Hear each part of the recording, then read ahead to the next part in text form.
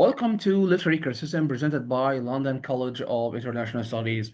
I'm Dr. Mohammed Alwishi and I'll be guiding you through this fascinating exploration of how we read, interpret, and understand literature at sophisticated level.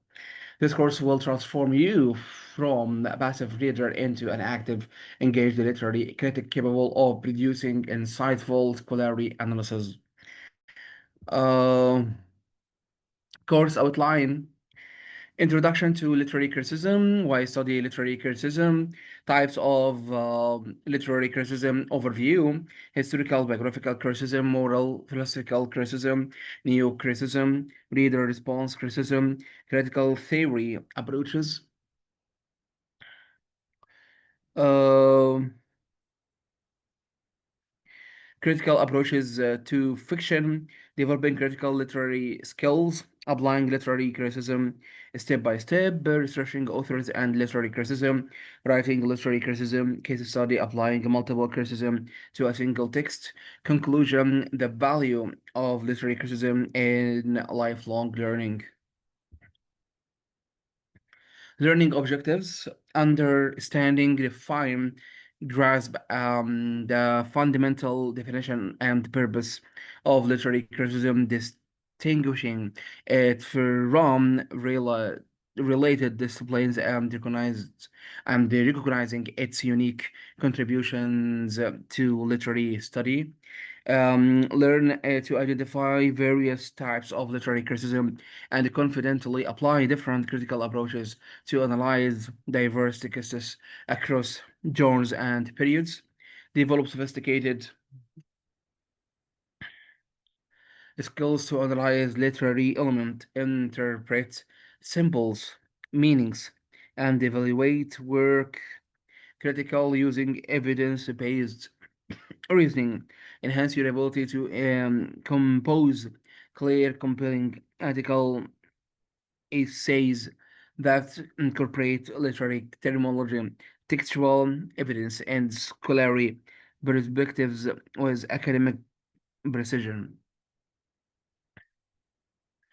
Learning outcomes. You will accurately define literary criticism and articulate its relationship to literary theory, demonstrating understanding of how these disciplines complement and inform either or each other in academic study. You will successfully analyze texts using at least three different critical approaches, showing versatility in applying various theoretical frameworks to interpret literary works. You will compose well structured written critiques that incorporate textual evidence, integrate scholarly perspectives, and present coherent arguments supported by appropriate citation. You will participate meaningfully in academic discussions, articulating informed interpretations, while respecting diverse viewpoints and contributing to collaborative meaning making. You will connect literary analysis to broader social and cultural issues, demonstrating how texts reflect the challenge and shape our understanding of human experience and societal structures. You will employ literary terminology with precision and evidence in both oral presentations and written assignments, demonstrating mastery of the critical vocabulary essential for scholarly communication. Now let's go to the introduction to literary criticism.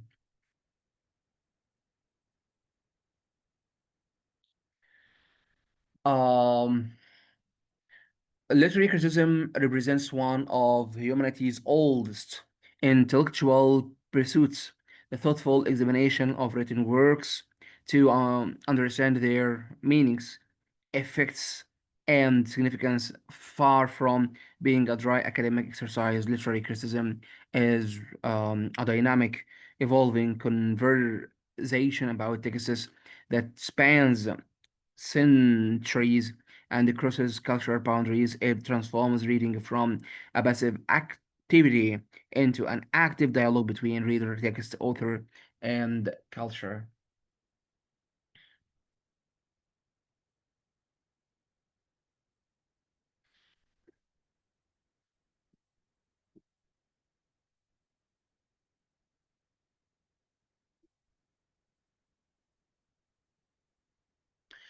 Passive reading means moving through a text, absorbing its story. Active critical reading means constantly questioning, analyzing, connecting, and interpreting. It's more demanding but indefinitely more rewarding, as its core literary criticism involves three interconnected activities, and understanding these three dimensions is essential to everything we'll do in this course. Now let's move to the three core activities of literary criticism.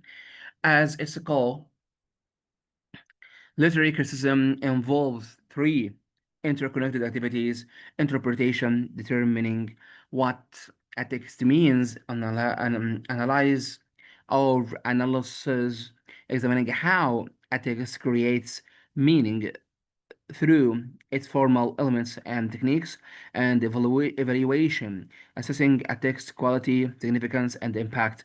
These activities work together to deepen our understanding of literature and eliminate its cultural significance.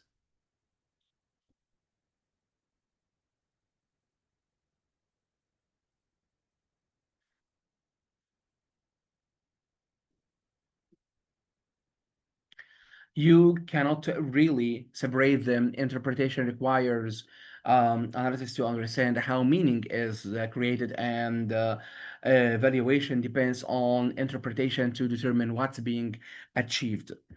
Um, a crucial distinction exists between literary criticism and literary theory. Literary criticism focuses on specific texts, applying various methodologies to interpret particular works. Literary theory, by contrast, explores broader philosophical frameworks and theoretical approaches that inform how we read and interpret literature in general. Think of theory as the lens, and criticism as the act of looking through that lens a specific text.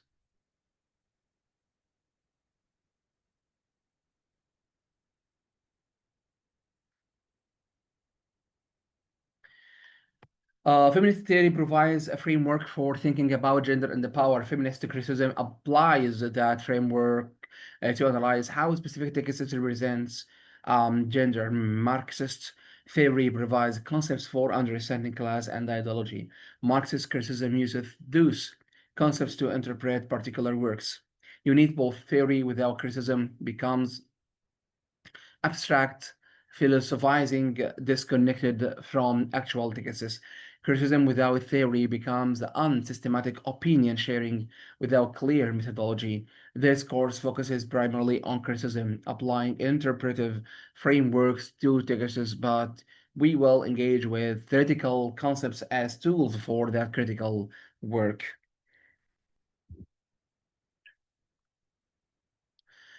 Key insights. Criticism is not merely negative judgment, it's a thoughtful, evidence based engagement with texts that can be positive, negative, or nuanced.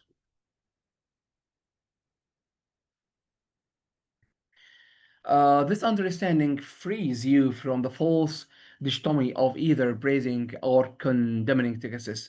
Your job as a critic is to understand and explain, which can lead to positive, negative, or mixed evaluations, all equally valid if well reasoned and well supported. Three, contexts for literary criticism. Um, Literary criticism operates in three overlapping contexts: academic, cultural, and social. Understanding these contexts helps you recognize why literary criticism matters beyond earning grades. Let's start with academic contexts. In universities, literary criticism forms a foundation of literary study, is in enabling scholars to contribute new insights to ongoing conversations about um, canonical and emerging texts. Then let's go to cultural texts or context. Beyond academia, criticism shapes how societies value, preserve, and interpret their literary heritage, influencing uh, everything from publishing decisions to curriculum choices. Then let's go to social context. Literary criticism engages with pressing social issues, using texts as sites for exploring questions of identity, power, justice, and the human experience across different communities and eras. These three contexts overlap and reinforce each other. Academic criticism influences cultural conversations, which shape social understanding, which generates new academic questions. You're joining these multi layered conversations. The value of literary criticism. Understanding literary criticism empowers you to move beyond simply enjoying a story to comprehending how texts work their magic, why certain works endure while others fade, and how literature reflects and shapes the societies that produce it. This foundational knowledge opens doors to richer, more meaningful encounters with literature throughout your life.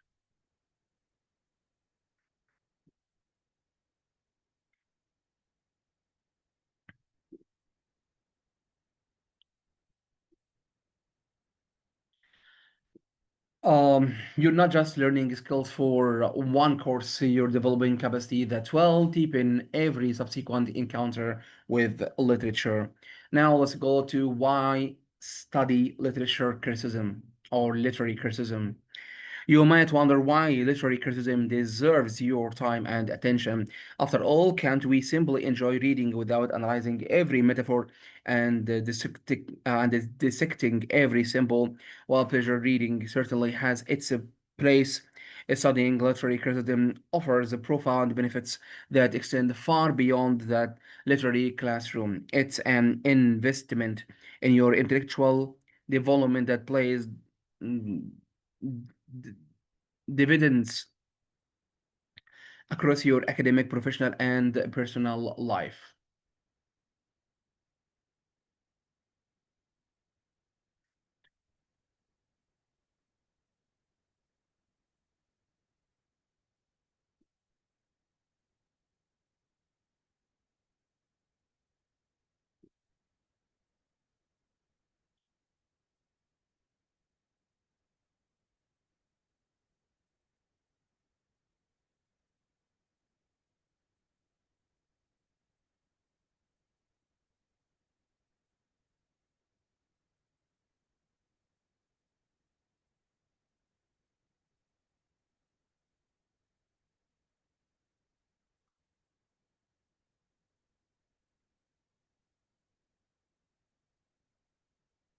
Um, The skills developed aren't narrowly applicable to literature alone. They're transferable, foundational intellectual capacity that enhance your effectiveness in virtually any field. Now let's move to critical reading, thinking skills. Literary criticism trains you to read closely, question assumptions, identify patterns, and construct logical arguments.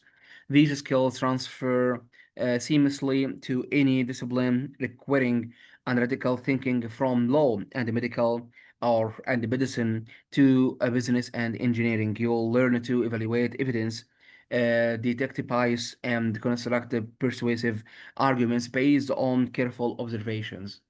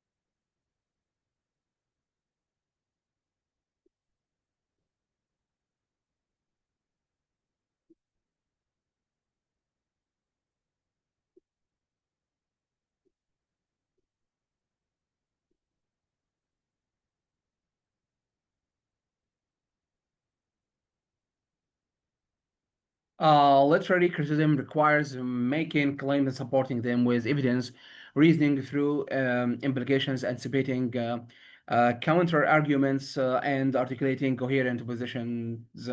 This is fundamental to academic and professional access or success to virtually any field.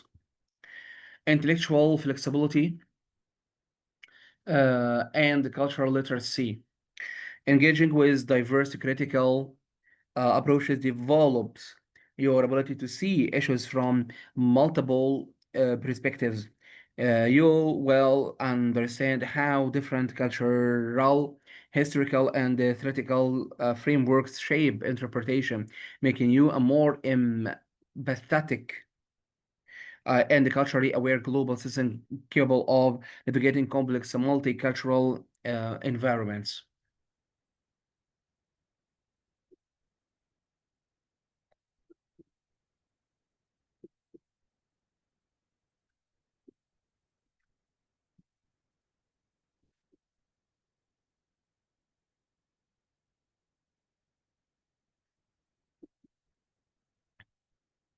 Whether you are collaborating with colleagues from different cultural backgrounds, working with diverse communities, or simply living in pluralistic society, the perspective, talking skills, literacy, criticism develops serve you well.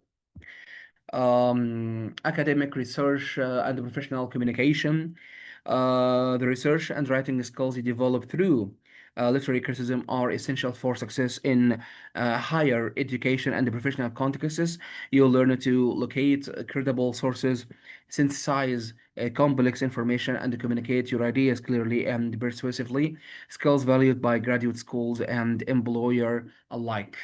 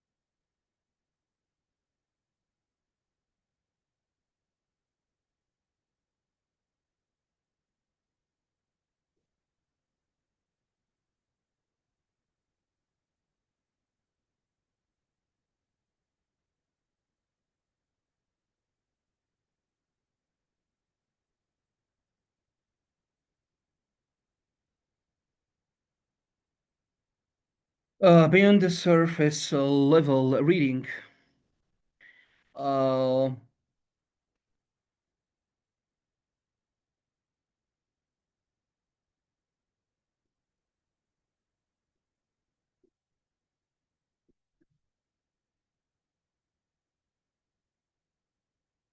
the fourth benefit is that literary criticism encourages active engagement with texts beyond surface level comprehension. Instead of simply following a plot, you'll uncover layers of meaning, recognize sophisticated literary techniques, and appropriate the or and appreciate the artistry involving in creating memorable works.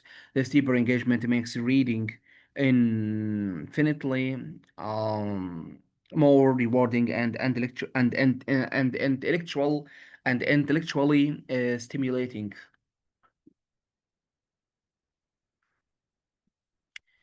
Instead of simply following a plot, you uncover layers of meaning, recognize sophisticated literary techniques, and appreciate the artistry involved in creating memorable works. Reading becomes an intellectual adventure, not just entertainment. You're solving puzzles, testing interpretations, discovering connections. This is genuinely existing once you develop the skills to do it well. Now let's move to connecting literature to the world. Perhaps most importantly, literary criticism connects literature to the world beyond the page by examining how texts address historical events, social injustice, um, ethical dilemmas, and philosophical questions. You'll discover that literature isn't an escape from reality, but a powerful tool for understanding and engaging with it. Literary criticism helps you recognize how stories shape cultural attitude, challenge dominant narratives, and inspire social change in an era of information overload and the competing narratives. The critical literacy skills you develop through studying literary criticism are more essential than ever.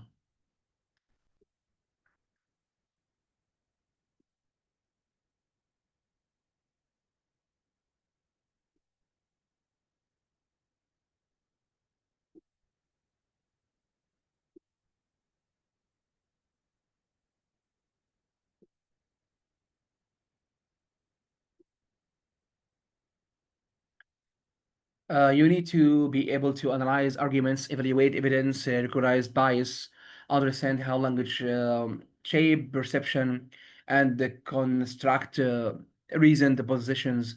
Literary criticism develops exactly these capacities. Types of literary criticism overview. Literary criticism encompasses a rich variety of approaches, each offering unique insights into how texts create meaning and significance rather than competing methods. These different types of criticism represents complementary lenses through which we can examine literature. A single text can be productively analyzed using multiple critical approaches, with each revealing different dimensions of meaning. Understanding this diversity of approaches expands your interpretive toolkit and helps you become a more flexible, sophisticated reader.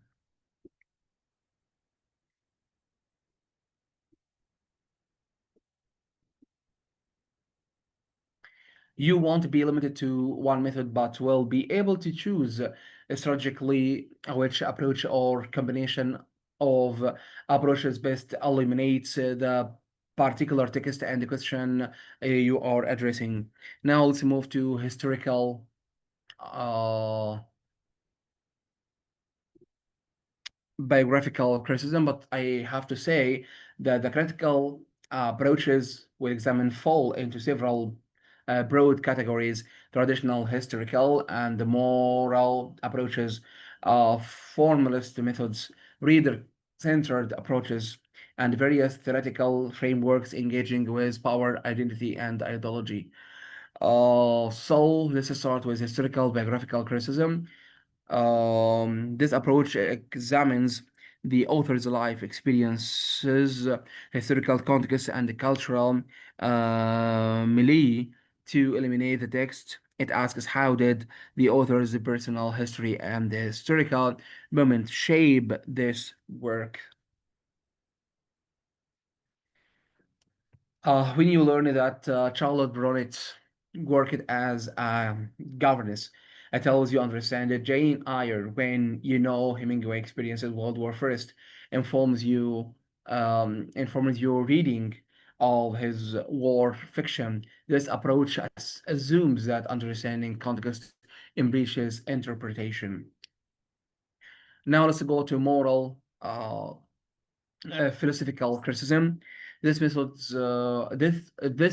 evaluates the ethical and the moral dimensions of literature, considering how texts represent value, influence behavior, and contribute to moral education and social discourse.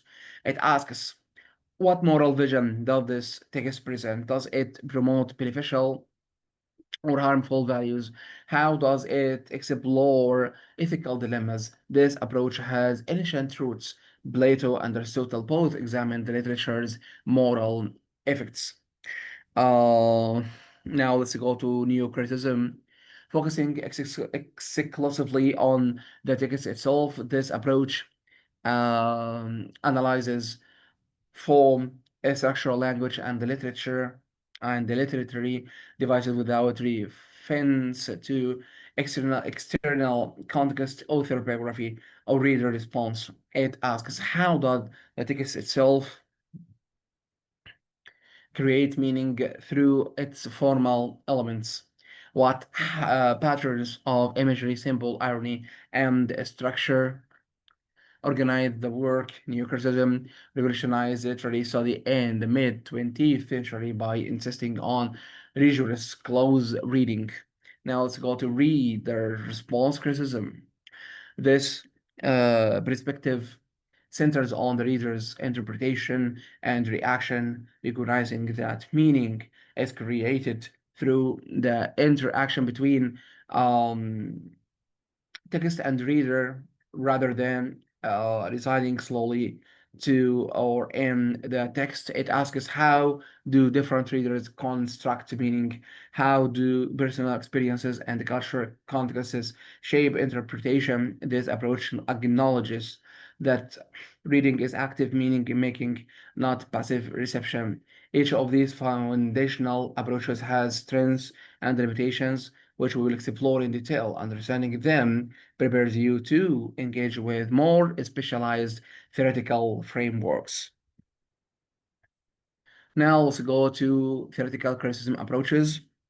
Beyond these foundational approaches, various theoretical frameworks offer specialized lenses for interpretation. These include feminist criticism, examining gender role and power structures, Marxist criticism, analyzing class struggles, and economic influences, post-colonial criticism, exploring colonialism, impact on literature and identity, and psychoanalytical criticism, investigating unconscious motives and symbolism. Each theoretical approach emerged from special and specific intellectual traditions and responds to particular cultural and political concerns.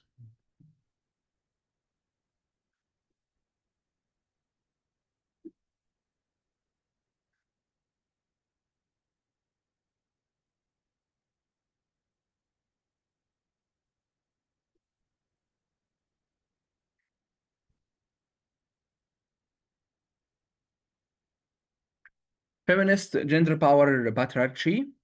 After that, we have Marxist criticism, which is class economics and ideology. Then we have post-colonial criticism, which is empire identity resistance. And finally, we have psychoanalytical criticism, um, which investigates unconscious desire and symbolism. We will examine each of these approaches in detail later in the course. For now, understand that they provide powerful tools for connecting literary analysis to larger questions about justice, identity, power, and the social change. Now, let's go to critical approach overview visual. Uh,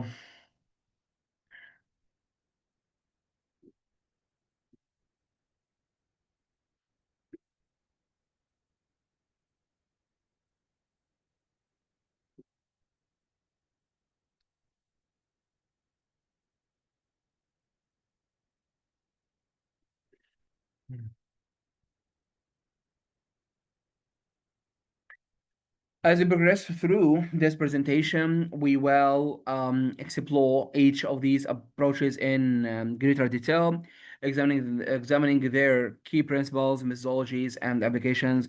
Remember that skilled critics often combine multiple approaches, drawing on whatever methods best eliminate the specific text under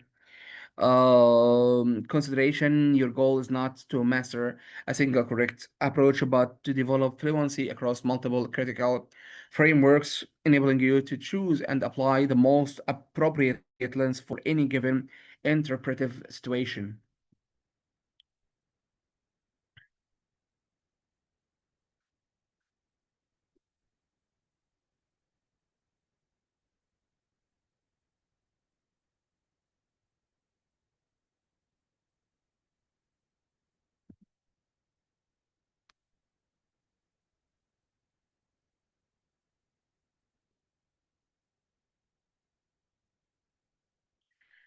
Now let's go to historical biographical criticism. Historical biographical criticism operates on the premises or the premise that understanding an author's life and the historical context in which they wrote enriches our interpretation of their work. This approach seeks to illuminate text by examining the personal experiences, social circumstances, and the cultural forces that shaped the author's worldview and creative choices.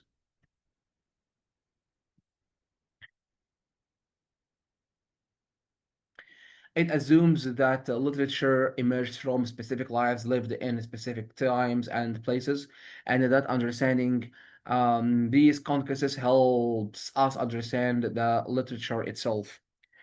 Then let's go to the key investigative areas.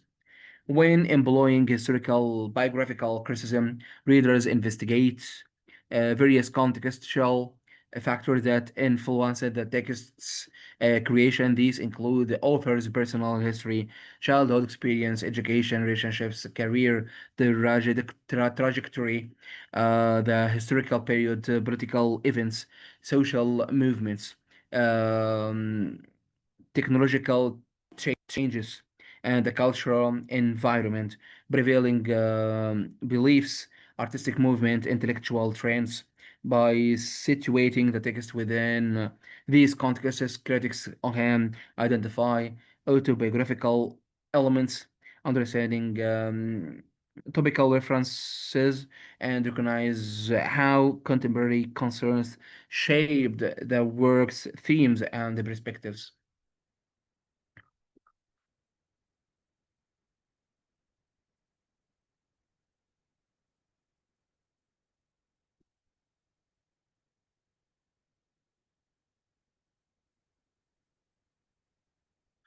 The goal is in reached understanding, not reductive explanation.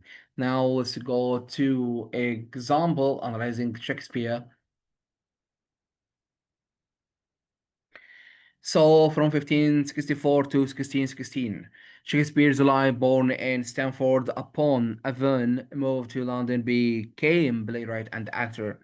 Elizabethan era, historical conquest, Renaissance, Humanism, or yeah, religious conflict, exploration, theoretical, golden age, plays reflects contexts and texts, monarchy, debates, social hierarchies, gender roles, religious tensions.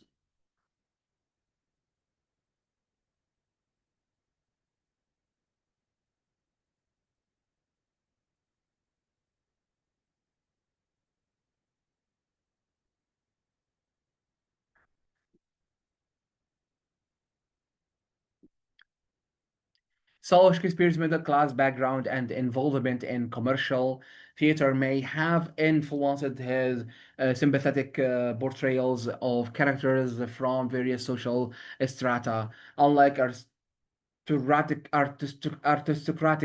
writers, Shakespeare's knew and depicted common people with complexity and humanity. His plays appeal across social classes, or one season for his commercial success. Now let's go to example number two. Talking about analyzing Shakespeare. Consider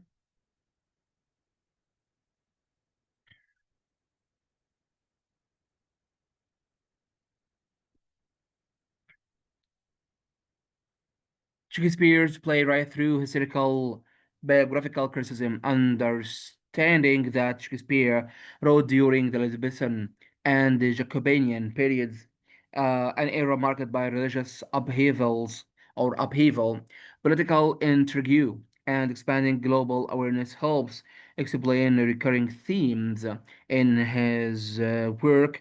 The succession anxieties visible in plays like Hamlet and Macbeth reflect contemporary concerns about royal legitimacy and orderly power transfer.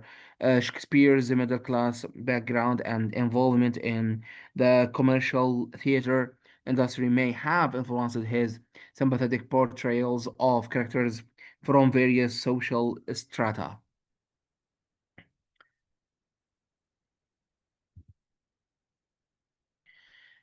Uh, benefits of historical biographical approach. So provide the concrete historical context for understanding references and illusions, reveals how personal experiences shape artistic vision, connects literature to broader historical movements and events, help explain the text's original reception and cultural impact, offers insights into the author's creative development over time.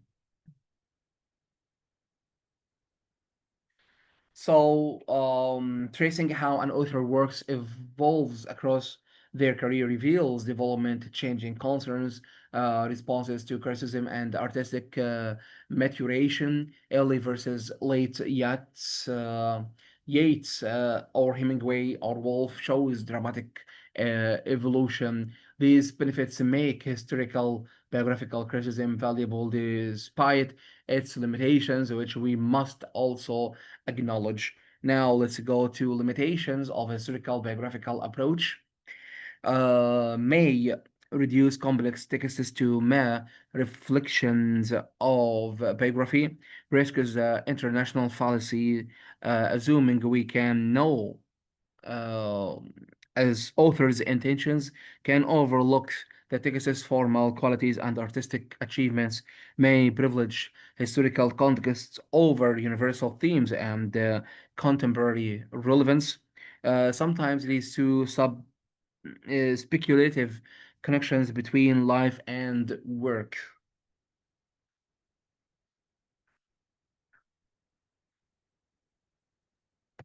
In the absence of clear evidence, critics sometimes create speculative biographical readings based on thin evidence or assumptions. This risk inventing connections rather than discovering them. Despite these limitations, historical biographical criticism remains valuable when used thoughtfully. Um,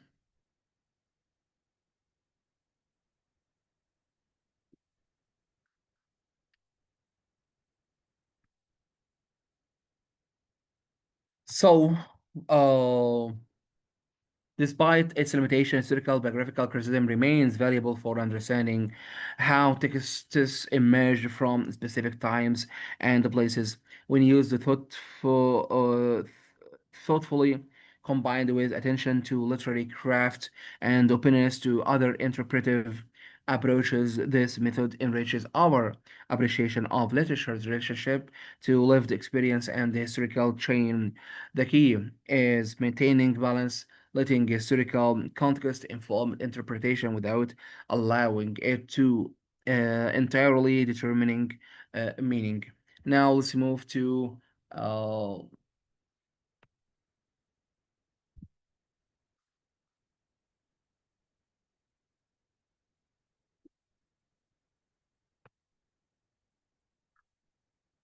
moral philosophical criticism.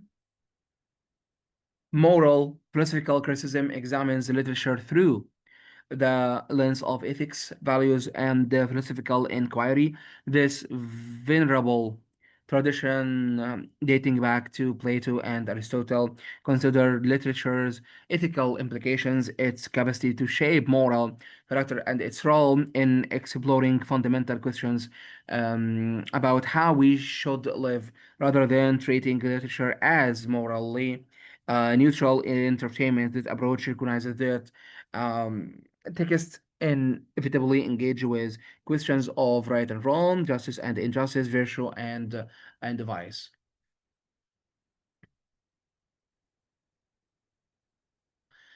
So this approach remains relevant today, though contemporary moral philosophical critics are typically more nuanced than Plato's heavy-handed censorship or simple dictatism. Modern practitioners recognize literature's ethical complexity rather than expecting simple moral lessons. Now let's go to ethical evaluation.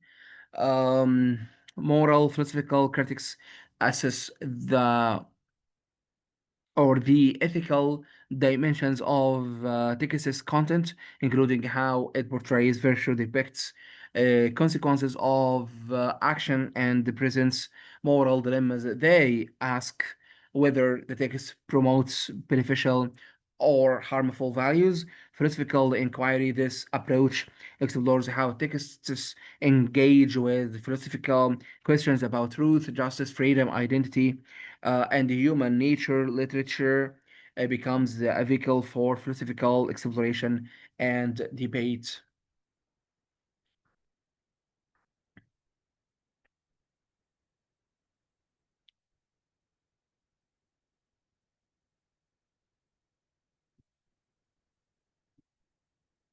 Novels can explore philosophical questions through narrative and character in ways abstract philosophy cannot.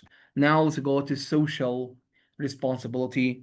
Critics examine literature's role in societies um, and its potential to inspire moral improvement, challenge injustice, perpetuate stereotypes, or promote empathy and understanding across differences.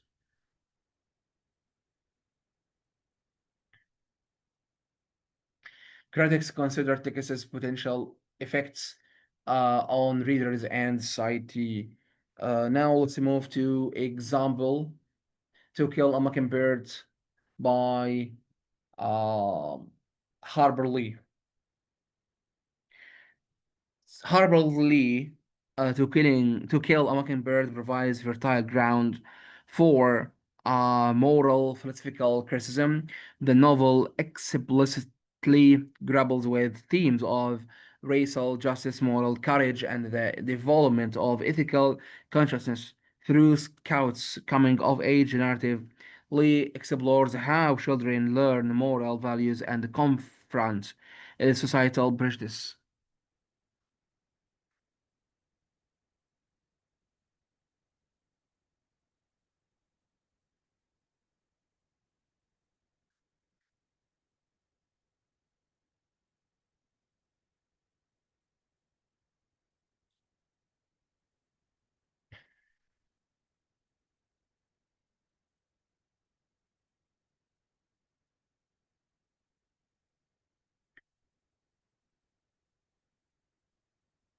Scout begins with childhood innocence, gradually encountering her community's racial prejudice and learning to distinguish her father's ethical principles from society's corrupt values. The Buildinger's Roman structure makes moral education central to the narrative.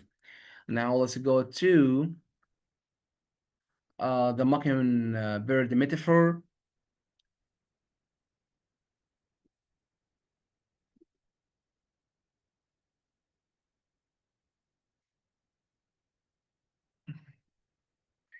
A moral philosophical reading might examine how the novel portrays ethics finish as a moral exemplar, embodying principles of justice, compassion, and integrity. Critics could analyze the trial of Tom Robinson as a mediation on systematic injustice and the courage required to oppose it. The mockingbird metaphor itself carries moral weight, suggesting that harming innocent, vulnerable beings represents a fundamental ethical transgression.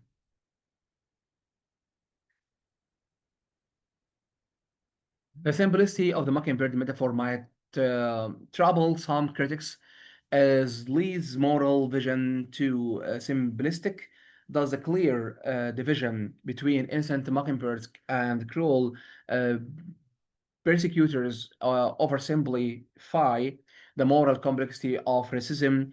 These are valid questions that sophisticated moral philosophical criticism would explore. Now let's go to prevailing moral frameworks. Different moral frameworks influence how critics evaluate literature. Virtue ethics examine how texts portray character development and moral exemplars. Consequentialism consider the outcomes and effects of presented actions. Um, Deontological ethics focuses on duties, roles, and principles characters uphold or violate. Care ethics emphasizes relationships, empathy, and responsibility to others. Understanding these frameworks helps critics articulate the ethical dimensions of their interpretations.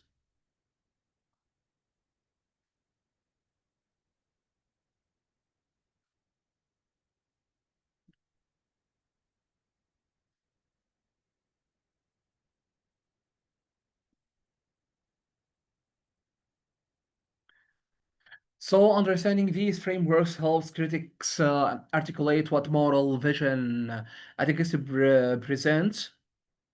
Presents and evaluate its ethical implications more precisely. Different frameworks often coexist in single texts, creating ethical complexity.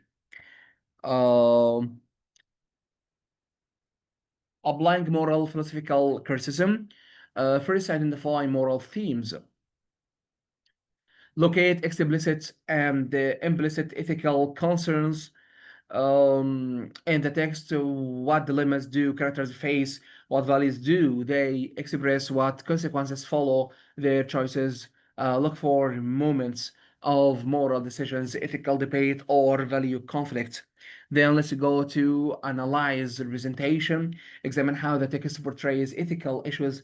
Does it offer clear moral judgments or embrace ambiguity? How are virtues and vices depicted?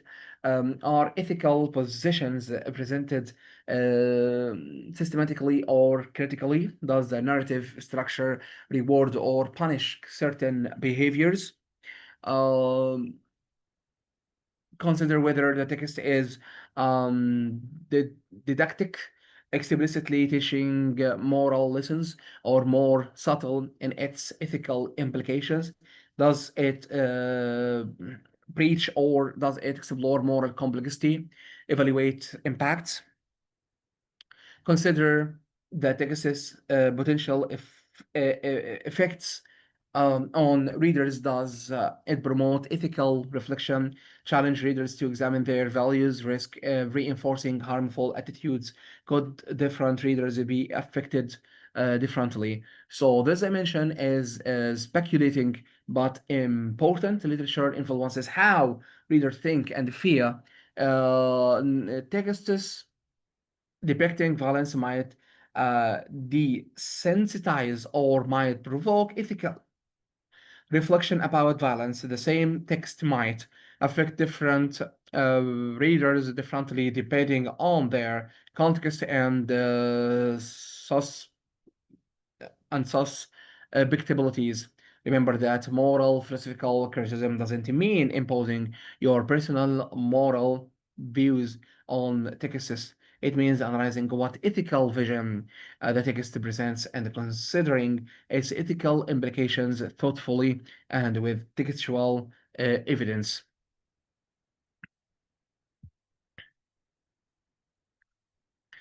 Moral philosophical Criticism reminds us that literature is never merely aesthetic, it engages deeply with questions of how we should live and what we value, while critics must avoid reducing complex texts to simple moral lessons.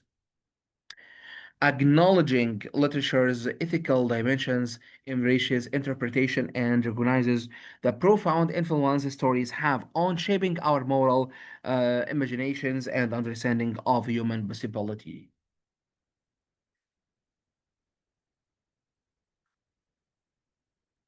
The best moral philosophical criticism combines ethical awareness with literary sophistication, examining how texts explore moral complexity rather than expecting pat answers. It recognizes that literature's ethical value often lies in complicating our moral certainties rather than confirming them. Now let's move to new criticism. Introduction. New criticism revolutionized literary study in the mid 20th century by insisting that texts should be understood primarily through close reading of their formal elements rather than through biographical, historical, or reader centered approaches. This methodology treats the literary work as an autonomous aesthetic object, focusing analytical attention on how the text itself creates meaning through language, structure, and technique.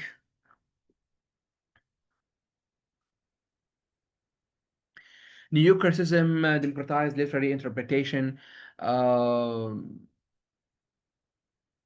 by insisting that anyone with sufficient training as close reading could analyze texts.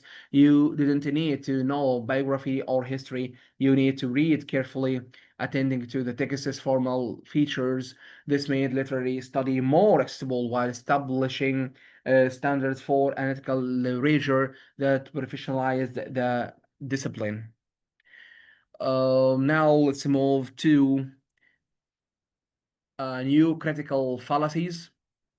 New critics argued against several fallacies they believed plagued literary interpretation. The intentional fallacy cautious against assuming we can know or what we should privilege the author's intentions. The effective fallacy warns against confusing the text's meaning with readers' emotional responses by bracketing these external factors. Neo criticism championed rigorous textual analysis that anyone with sufficient training could perform, democratizing literary interpretation and establishing standards for academic rigor.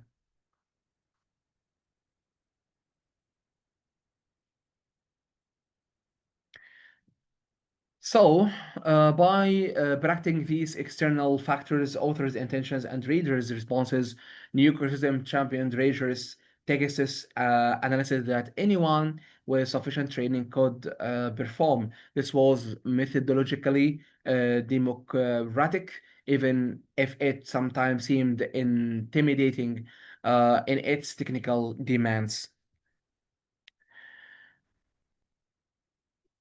Key analytical focuses of new criticism.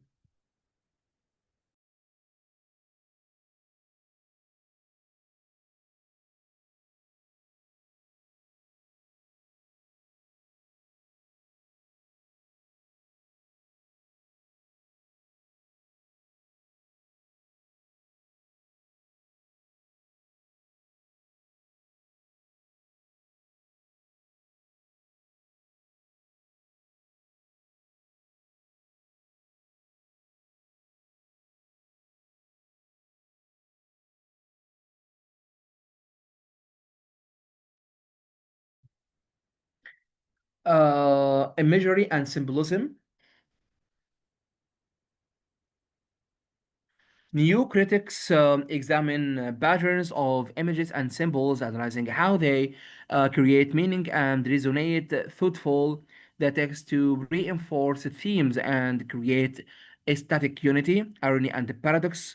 Attention to irony, paradox, and ambiguity reveals how texts create complexity and tension, balancing opposing ideas to achieve sophisticated nuanced meanings. Sound and rhythm analysis of meter, rhyme, alliteration, and other sonic patterns shows how sound reinforces meaning and create ethical or aesthetic effects in poetry and prose. Structure form, examining how texts are organized, narrative structure, stanza form, syntactic pattern reveals how form contributes to meaning and aesthetic impact.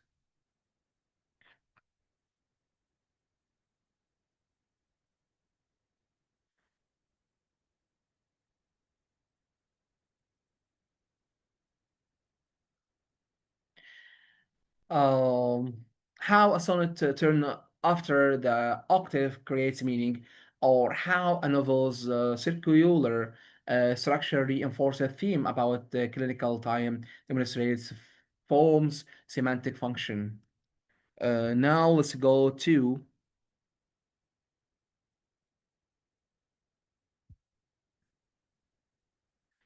example Robert Frost's The Road Not Taken. A new critical reading of Robert Frost's famous poem would focus exclusively on the text itself, examining its formal elements to determining meaning. Critics would analyze the poem's structure for stanzas of iambic tetrameter with an ABAAB rhyme scheme that creates a sense of careful deliberation and formal balance. And instead, it's exploring how we construct narratives about our choices retrospectively. The speaker admits the roads were equivalent in the moment of choosing, but predicts that ages hence he'll claim they were different and that his choice mattered. This is ironic self awareness about how we create meaning through narrative rather than honest reporting of actual difference. Then let's go to deeper analysis of Frost's poem. Close attention to language would reveal the poem's central irony. The speaker claims that choosing road made all the difference, yet earlier admits both paths were really about the same and equally lay. This paradox suggests the poem isn't simply celebrating non-conformity, but exploring how we construct narratives about our choices retrospectively.